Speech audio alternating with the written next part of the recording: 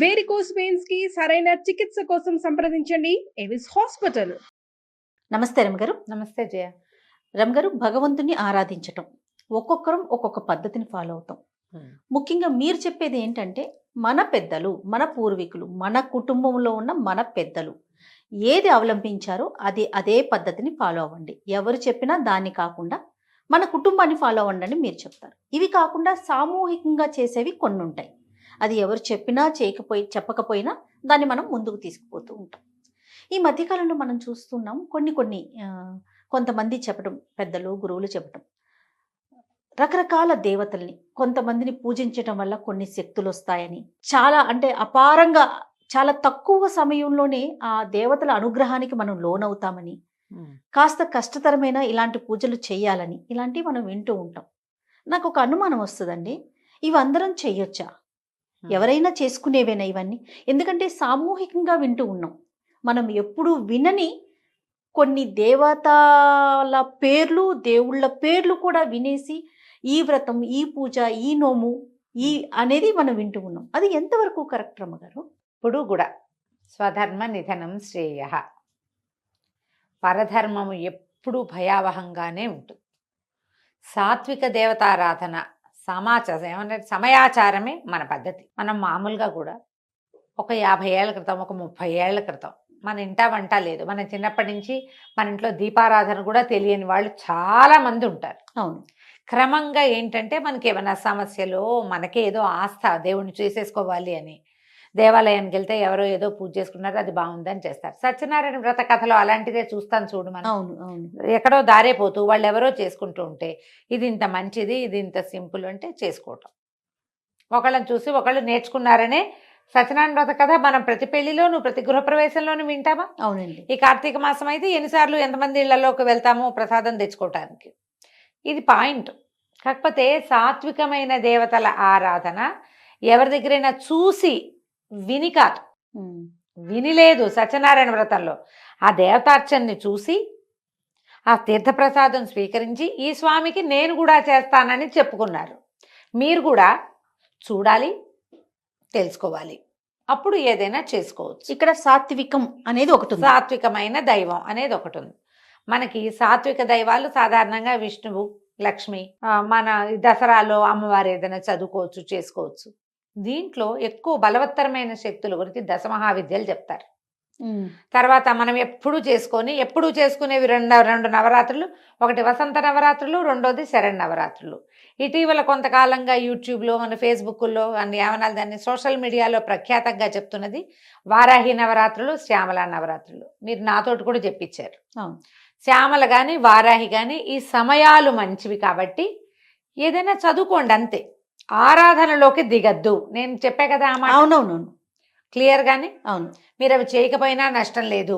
చేసేటప్పుడు జాగ్రత్తగా చేయాలంటే అసలు వారి అమ్మల ఆరాధన ఎక్కడ చేయొచ్చు? ఏదైనా పీఠంలోనో, క్షేత్రంలోనో, పీఠాధిపతుల దగ్గరకు వచ్చేస్తే అలాంటి చోట అటెండ్ చేయొచ్చు, ప్రసాదం తెచ్చుకోవచ్చు తప్ప మనం చేయకూడదు. మనం చేసుకునేదైతే కాదు. అంటే చేయటం వల్ల ఇబ్బందులు ఉంటాయా, లేకపోతే ఏదైనా లోపం జరిగితే సమస్య వస్తుందా? సరిగ్గా చేయకపోతే బెడిసి కొడతాయి. నీకు సరిగ్గా అంటే నీకేం తెలుసు? మొదట అసలే తెలియదే మనకి. మనం విని విని వాళ్ళు వీళ్ళు మేం చేసుకున్నాం అని చెప్తే నువ్వు విని చేసుకుంటారు. ఇప్పుడు మనకి ఎలా అయిందంటే, పెద్దవాళ్ళు, గురువులు, లేకపోతే ప్రవచనకర్తలు, చాలా ఎక్కువ విషయ పరిజ్ఞానం ఉన్నవాళ్ళు దీన్ని ఏదైనా ఇది చేసుకోవచ్చు అని చెబితే ఫాలో అవ్వటం కాకుండా, ఇప్పుడు ఎవరైనా సరే మేము ఆ గుడికి వెళ్ళాం, ఆ పూజ చేసుకున్నాం, ఈ గుడికి వెళ్ళాం, ఈ పూజ చేసుకున్నాం, లేకపోతే ఇదేదో చేసాం, విపత్కర పరిస్థితుల్లో ఇది చేసాం, దీనివల్ల జరిగింది అని సామాన్యుల దగ్గర కూడా విని కాపీ చేసుకుంటున్నాం. ఇప్పుడు మొత్తం ఊరంతా పూజలే ఉన్నాయి జయ. అవునండి. ప్రతి వాళ్ళు ఎవరో ఒక ప్రత్యేక దైవాన్ని ఆరాధిస్తూనే కనపడుతున్నారు. అది మంచి విషయం అయినా మంచిదే. కాకపోతే ఇది బెడిసి కొడితే అది ఆలోచించలేకపోతున్నాం. మనకేం తెలీదు వాటి గురించి, తనకి ఎలాంటి ఆచారం పాటించాలో తెలీదు. చాలా ఇళ్లలో ఆడవాళ్ళు పూజలు చేసుకుంటుంటే మగవాళ్ళు శుభ్రంగా నాన్ వెజ్ వండించుకుని తింటారు. అన్ని రకాల క్రియాకలాపాలు జరుగుతూనే ఉంటాయి. కొన్ని దైవారాధనలకి అవి కుదరకపోవచ్చు. మాంసాహారం ఆవిడెవరికో అమ్మవారికి పెడతారని మీరు ఇంట్లో వండు తినకూడదు. మాంసాహారం పెట్టడం పుస్తకంలో ఉంది, మనకు తెలియదు కదా. అది కాదు జయ. ఇప్పుడు ఒక గన్ను చూపించాం, నువ్వు దాన్ని గుర్తుపడతావు, దాని పేరు నీకు తెలుసు, AK-47. దాన్ని వాడడం నీకు వస్తుందా? వాడెవడో ఒకడు ఇది AK-47 నేను ఎప్పటి నుంచో చిన్నప్పటి నుంచి వాడుతున్నాను, నాకు చాలా బాగుంది అని చెప్తే నువ్వు కొంటావా దాన్ని? కొనం కదా, ప్రమాదం అది. అవునా? ఇప్పుడు ఒక బాంబు తయారు చేయటం, బాంబులు తయారు చేశారు, నాలాంటి మామూలు వాళ్ళని తీసుకెళ్తే దాన్ని మనం వాడగలమా? లేదు. చూసి ఊరుకోవాలి. కరెక్ట్ నమ్మగారు. ఇవి కూడా అంతేనమ్మా. దేవతారాధన ప్రధానమైంది. మన సొంత ఆచారాన్ని పాటిస్తూ వెళ్ళే విధానాన్ని పాటించండి. ముఖ్యంగా ఇతరులు చేసే దేవతారాధనలోకి వెళ్ళొద్దు. ఏదైనా భగవంతుడే కదా అనే ప్రశ్న లేవనెత్తుతూ ఉంటుంది. ఇప్పుడు నేను అదే అంటున్నా, మరి మీకు ఒక దైవం ఉన్నప్పుడు ఇంకో దైవాన్ని నువ్వెందుకు వెళ్ళినట్టు?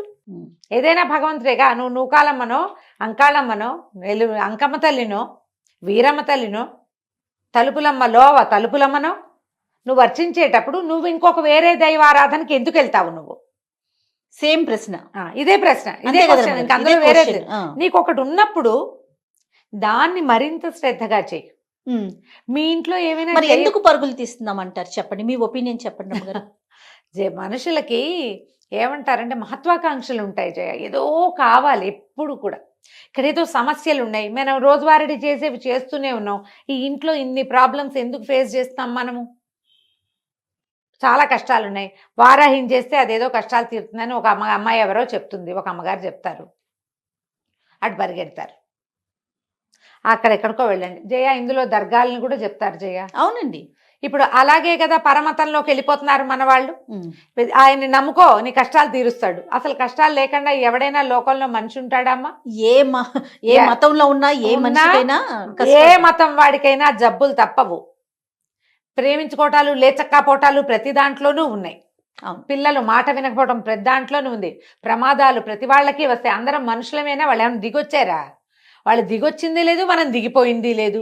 మనమే తెలియక మనం కూర్చున్న కొమ్మని నరుక్కుంటున్నాము. కూర్చున్న కొమ్మలు నరుక్కోకండి.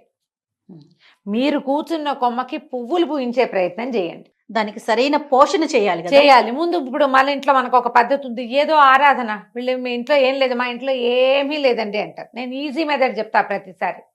ఒక పురోహితుడిని పెట్టుకోండి, ఒక్క గురువుని పెట్టుకోండి. యూట్యూబ్లో ప్రవచనకర్తలు కానీ, కథలు చెప్పేవాళ్ళు నాతో సహా, కార్తీక పురాణం చెప్పేవాళ్ళు కానీ ఎవ్వరూ మీ గురువులు కారు. గురువు అంటే మీ అమ్మా నాన్నలాగా మీ కష్టం సుఖం మోసేవాడు. నేనేదో కూర్చుని తీర్పుగా చెబితే నన్ను ఫాలో అవ్వటం పొరపాటు. ఇక్కడ ఇలా ఉంది విషయం వరకు తీసుకోమంటున్నారు. అంతే తీసుకోవాలి. ఇందులో అద్భుతమైన పేరున్న మహానుభావులు, ప్రాతస్మరణీయులు, పొద్దున్నే వాళ్ళని తలుచుకోవాల్సిన వాళ్ళని కూడా గురువు గారని మీరు అనకూడదు, అనుకోకూడదు. మంచి మాటలు చెప్పేవాళ్ళు మంచి మాటలు చెప్పేవాళ్లే, గురువు కాదు. గురువు నిన్ను సరైన దారిలో నడిపించేవాడు. నువ్వు చేసిన తప్పుని తనదిగా తన మీద వేసుకునేవాడు. ప్రవచనకర్తల్ని ఆధ్యాత్మిక గురువులుగా మీరు అనుకున్నారనుకోండి, పోనీ ఉండండి అలాగే, వాళ్ళు చెప్పిందే. అలా ఉండరు. మీరు ఆ గురువుని వింటారు, ఈ గురువుని వింటారు, ఇంకో గురువుని వింటారు, మధ్యలో నాబొట్టి పెద్దకాయలను కూడా వింటారు. ఇన్ని కలిపి ఇంత కన్ఫ్యూజన్కి ఎందుకు వెళ్తారు చెప్పు? ఇది పొరపాటు కాదు, పొరపాటేనా? మీరు ఏదైనా ఒక దేవతారాధన చేయదలుచుకుంటే దానికి తగిన మంత్రము, విధానము, ఆచారము అవేమి లేవండి. పూజ చేసుకుంటే చాలు. ఏం మాటమ్మా అది? అవేం చేయక్కర్లేదు, ఇది చేస్తే చాలు. అన్నం ఒకటే చాలా నీకు? కూర, పప్పు, చారు, పెరుగు వద్దా? ఖచ్చితంగా కావాలి కదా. ఇవన్నీ ఉంటాయిగా. పోనీ ఒక్కరోజు అయితే తినగలుగుతామేమో. ప్రతిరోజు తింటావా నువ్వు? ప్రతిరోజు తినలేం కదా. తినలేవు కదా. ఎందుకు ఆ పని చేయాలి? నాకు ప్రతిసారి ఫోన్లు నాకు వచ్చే ప్రశ్నల మీద నాకు ఎప్పుడు అలాగే అనిపిస్తుంది. వీళ్ళు ఎందుకు ఇవేవో పెట్టుకుంటారు? కేకలిస్తా కొంతమందిని చేయ. నా దగ్గర హార్ష్ వర్డ్స్ వినేవాళ్ళు చాలా మందే ఉంటారు. ఎందుకమ్మా ఇవన్నీ చేస్తారు అనవసరంగా? కాంప్లికేషన్స్ కదా. ఎందుకు వచ్చిన కాంప్లికేషను, ఎందుకు వచ్చిన టెన్షను? చాలా ఒక భ్రమ కింద. ఇది వరకు సంతోషమాతది ఒక భ్రమ కింద ఉండేది. మంగళవారం ఏమంటారు, రాహుకాల దీపాలు భ్రమలుగా ఉండేవి. ఇప్పుడు 7 శనివారాల వ్రతము, 16 శనివారాల వ్రతాలు, తర్వాత ఏమో ఇంకేమిటి, ఇప్పుడు వారాహి రేపు వచ్చేస్తుంది. శ్యామల 2-3 నెలల్లో శ్యామల. వారాహి చాలా అద్భుతమైన దేవత. మనకి కంచి దేవాలయంలో కూడా కనపడుతుంది అమ్మవారు. అమ్మవారితో పాటు బయట ఆ సన్నిధిలో కనపడతారు. ఎందుకంటే ఆవిడ సర్వసైన్యాధ్యక్షురాలుగా ఉంటుంది, మంత్రినిగా ఉంటుంది, అమ్మవారికి సమీపంలో ఉంటుంది. ఈవిని చూసి దండం పెట్టి ఆవిడని కూడా చూసి దండం పెట్టి వెళ్ళిపోవాలి. ఓకే. అంతకంటే లాక్కూడదు. కేవలం ఏదైనా సరే ఇప్పుడు ప్రధానమైనది మనకి తెలీదు, మనం వినలేదు, ముందు మనకి తెలీదు. మనకి పాపులర్ అవ్వడానికి ఏదో ఒక కొత్త విషయం కావాలి కదా ఎప్పటికప్పుడు. అంతే కదండి. ప్రతిసారి ఏమిటి మన ఎవరో అడిగారు కార్తీక పురాణం ఏంటండి, అదే చెప్పారు, అది కాకపోతే ఇంకో కార్తీకం ఎక్కడి నుంచి దానమ్మా నేను ఎక్కడి నుంచి వస్తుంది? అవి కూడా 2 పుస్తకాలు ఉన్నాయి మన దగ్గర. ఓసారి ఆసావత్స పుస్తకం కథలు ఇంచుమించుగా అటు ఇటుగా అవే కథలు. శాస్త్రాన్ని మార్చలేం కదా దాన్ని రమగారు. ఎట్లా మారుస్తాం? నీకు ఏటా ఒకటే పండగ, ఈ పండగకి ఈ అధిదైవం ఈయనే ఉంటాడు, ఆయనే ఉంటాడు, ఆవిడే ఉంటుంది. అంతే కదా. వాళ్ళని ఎట్లా మారుస్తాం? మహా అయితే కట్టే చీరల రంగులు వస్త్రాల రంగులు మారుస్తాం. ప్రతిసారి పాయసమైన పండక్కి అని మానేసి ఏం చేస్తావు నువ్వు? ఏమైనా సూపులు అవి చేసి పెడతావు? టమాటా సూపు, బంగాళదుంపల సూపును పెట్టం కదా. సొంత విధానంలో ఉండండి. ఈ దశ మహావిద్యల్ని వాటిని దేవాలయాల్లో కనపడితే అక్కడ దండం పెట్టుకోండి. ఒక మఠంలో కానీ, ఒక పీఠంలో, శంకర మఠాల్లో కానీ, ఏదైనా పీఠాల్లో కానీ నిజంగా అంత ఇబ్బంది ఉంటుందా రమగారు? ఉంటుంది జయ. ఎందుకంటే ప్రత్యేకించి దీని గురించి మీరు ఒక టాపిక్ కింద మాట్లాడుతున్నారు అంటే నేను వింటున్నా చాలా మంది దగ్గర నుంచి ప్రశ్నలు. నాకు ఆ ప్రశ్నలు విన్నప్పుడల్లా అనిపిస్తుంది, జనం అంతా ఇలాగే పోతున్నారా ఏమిట్రా దేవుడా. సులువుగా సాధ్యపడేవాడు వెంకటేశ్వర స్వామి ఉన్నాడమ్మా. తలుచుకుంటే చాలు కదా. తలుచుకుంటే చాలు, చిన్న కోరికను కూడా తీరుస్తాడని అసలు ఆ వెంకటాచల మహత్యంలో ఎంత క్లియర్గా చెప్తారో. ఆయన మాట్లాడ్డంతే. మన పక్కన మన పెద్ద మనిషి 10 అడుగుల ఎత్తున్న మన పెద్దన్నయ్య మనతో పాటే ఉంటే అడిగి ఏదైనా చేయించుకోగలం మనం. మొక్కు ఎంత చిన్న మొక్కు తీసుకున్నా నీకు కావలసిన వరం ఇచ్చేవాడు కలియుగ దైవం ఉన్నప్పుడు ఎందుకు వచ్చిన పరుగులు పెడతారు? మళ్ళా ఏదైనా పిండి దీపారాధన అనగానే పిండి దీపం ఎలా చేయాలి అనేది ఒక 25-30 వీడియోలు, దానికి బొట్టెట్టి కాటికెట్టి పసుపు రాసి ఏమిటో చేసి అందంగా అలంకరించి దాని నిండా బంతి పువ్వులు పోసి, ఏంటమ్మా అలా చేస్తేనే నా పూజ? అదే నా పూజ? అవేనా దీపాలు చేయాల్సిన నిజమైన విధానం? అదేనా? ఎవరు చెప్పారు మీకు? బ్యూటిఫికేషన్ చేస్తున్నారు మీరు. దీపావళికి వాకిట్లో దీపాలు పెట్టినట్టు కాదమ్మా. ఈ ఏర్పాట్ల బదులు మీరు వెంకటేశ్వర స్తోత్రం ఏదైనా నోటికి నేర్చుకుని చదువుకోండి, చేయండి. అదైనా ఓం నమో వెంకటేశాయ అనండి, తప్పులు లేకుండా. వెంకటేశా అనకుండా షా అనండి. సరిగ్గా ఒక్క నామం ఉచ్చరించండి. ఆ రోజున ఎవరితోటి పోట్లాడకండి. చేతొచ్చిన పిండి దీపం పెట్టుకోండి అమ్మా. పిండి దీపాలని ఫోటోలు తీసి యూట్యూబ్లో పెట్టక్కర్లా, ఫేస్బుక్లో పెట్టక్కర్లా, లోపల పెట్టుకోండి. కరెక్ట్ రమ్మగారు, లోపల పెట్టండి. అసలు విచిత్రంగా ఉంటుంది. పిండి దీపం ఎలా పెట్టాలి కానీ 30 వీడియోలు. దానికి నామం పెట్టాలి. నామం పెట్టి అంటిస్తావు నువ్వు, తప్పు కాదు. పిండి దీపానికి వెంకటేశ్వర నామం అయిపోతుందంటే రమ్మగారు, నాకు తెలిసింది కొంత, నేను ఎక్కడో చూసింది మరికొంత. ఇవి 2 కలిపి ఇంకొక 2 యాడ్ చేసి బ్యూటిఫికేషన్ యాడ్ చేస్తారు. ఇప్పుడు దీపం పెట్టి దానికి ఇట్లా నామం పెట్టి దాంట్లో నువ్వు ఒత్తేసి వెలిగిస్తే అది ఎట్లా చెప్పు. మొన్న ఒక గృహప్రవేశానికి బ్రహ్మగారు వచ్చారు. ఆయన అంటారు, అమ్మాయి కామాక్షి దీపం కాదమ్మా అందులో పెడతావు. వాళ్ళు ఏమైందంటే చెప్తాను నేను నా సంగతి. ఎవరో ఈ మ్యారేజెస్కి వాటికి గిఫ్ట్స్ ఇస్తారు కదా, శంఖచక్రాలున్న దీపపు కుందులు ఇచ్చారు. అవును రమ్మగారు, నా దగ్గరికి కూడా వచ్చినాయా? చేసిన పాపని చెప్తే పోతుంది. ఆ దీపాలు చాలా నచ్చినాయి నాకు. దీపం నెయ్యి పోసి వెలిగించాం. వెలిగిస్తే మా అక్కయ్య వెనకాల నుంచి అబ్బాయి ఎంతో బాగున్నాయి అని అనగానే ఆయన అన్నారు, ఏమిటమ్మా నామాలని వేడి ఇలా కాలిస్తే ఎట్లా, తప్పు కాదు. నాకు అప్పుడు వెలిగింది, అవును ఇది చేయకూడని పని. ఆ వేడి తగలదు స్వామికి, ఎందుకు ఆ పని? హాయిగా ఖాళీగా ఉన్న దీపంలో పెట్టుకోవచ్చు కదా. ఈ అందానికి పెట్టుకోండి, వీటిని వెలిగించదా. తోమి లోపల పెట్టా జయ, మళ్ళీ ముట్టుకోవాలి, వాటిని షోకేస్లో పెట్టా. నిజమే కదా. నాకు అదే అనిపించి అప్పుడు కామాక్షి కుందు గురించి ఆయన అదే చెప్తున్నారు. వాళ్ళు ఎవరో చేశారని అదొక వెర్రి కింద తయారైందమ్మా. ఈ కామాక్షి కుందు మీద వీడియోలు ఉన్నాయి, మనం కూడా చెప్పాం. ఇప్పుడు అమ్మవారికి ముఖానికి దగ్గరగా దీపం, తులసి దగ్గర దీపం పెట్టద్దని చెప్పాను నేను, గుర్తుంది కదా? అవునండి. అలాంటిదే ఇది కూడా.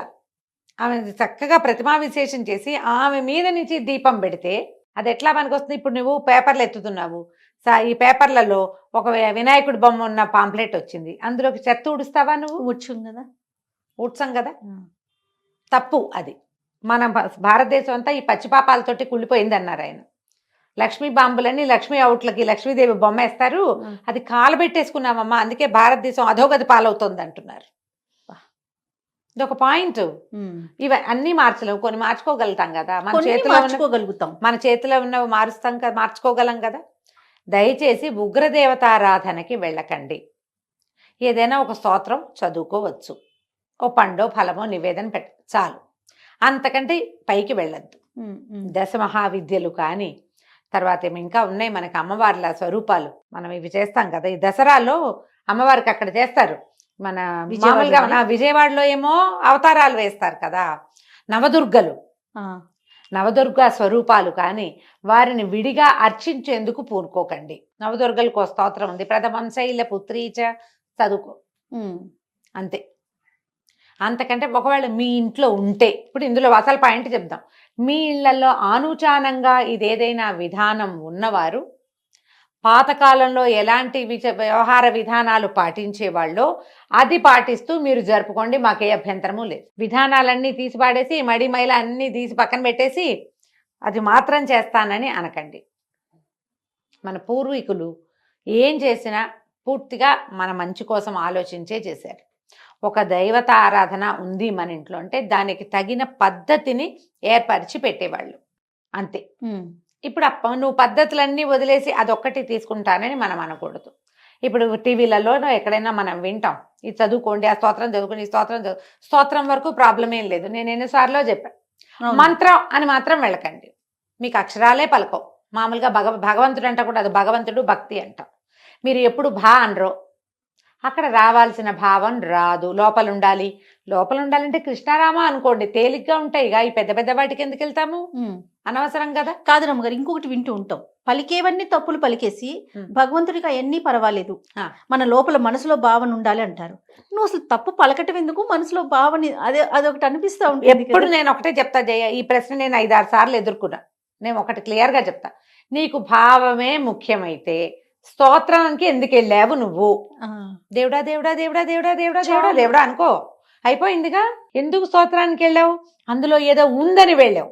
ఉందన్నప్పుడు దాన్ని సరిగ్గా ఉంచు. ఉందనుకున్నప్పుడు సరిగ్గా ఉంచాలి. నువ్వు అద్దం చూసావు, అద్దం చూసుకున్నావు, దిద్దుకోవడానికే కాదా? అంతే కదా, మొహం దిద్దుకోవడానికి చూస్తావు అద్దం, సరిచేయి దాన్ని. అద్దం చూసుకునేది ఎందుకు? కరెక్ట్ అండి. ఎలా అయినా సరే ప్రపంచం నన్ను యాక్సెప్ట్ చేయాల్సిందేనని నీకు ఉందనుకో, అర్థమే చూడవు, నువ్వు చూడాల్సిన అవసరమే లేదు. నువ్వు ఎందుకు చూస్తున్నావు? ఇది ఆలోచించండి అమ్మా. దయచేసి వీడియోలు ఏవి ఉన్నా చూసి వదిలేయండి. అలా అనుకోని ఊరికే శ్రవణంలాగా ఎక్కడో కాసేపట్ల వీడియోలో 5 నిమిషాలు కనపడి వాళ్ళంతా అలంకరించుకున్న దానికి అట్రాక్ట్ అయ్యి మాకు అదేదో బ్రహ్మాండం బదులైందంటే నమ్మద్దు. మీ పిన్నో మీ బాబాయ్ కూతురో మీ మావయ్య ఇంట్లోనో ఈ పూజ చేసుకుంటున్నాము మాకు చాలా బాగుందంటే ఓసారి వెళ్ళి చూసి కావాలంటే అప్పుడు దిగచ్చు. నమస్తే. నమస్తే.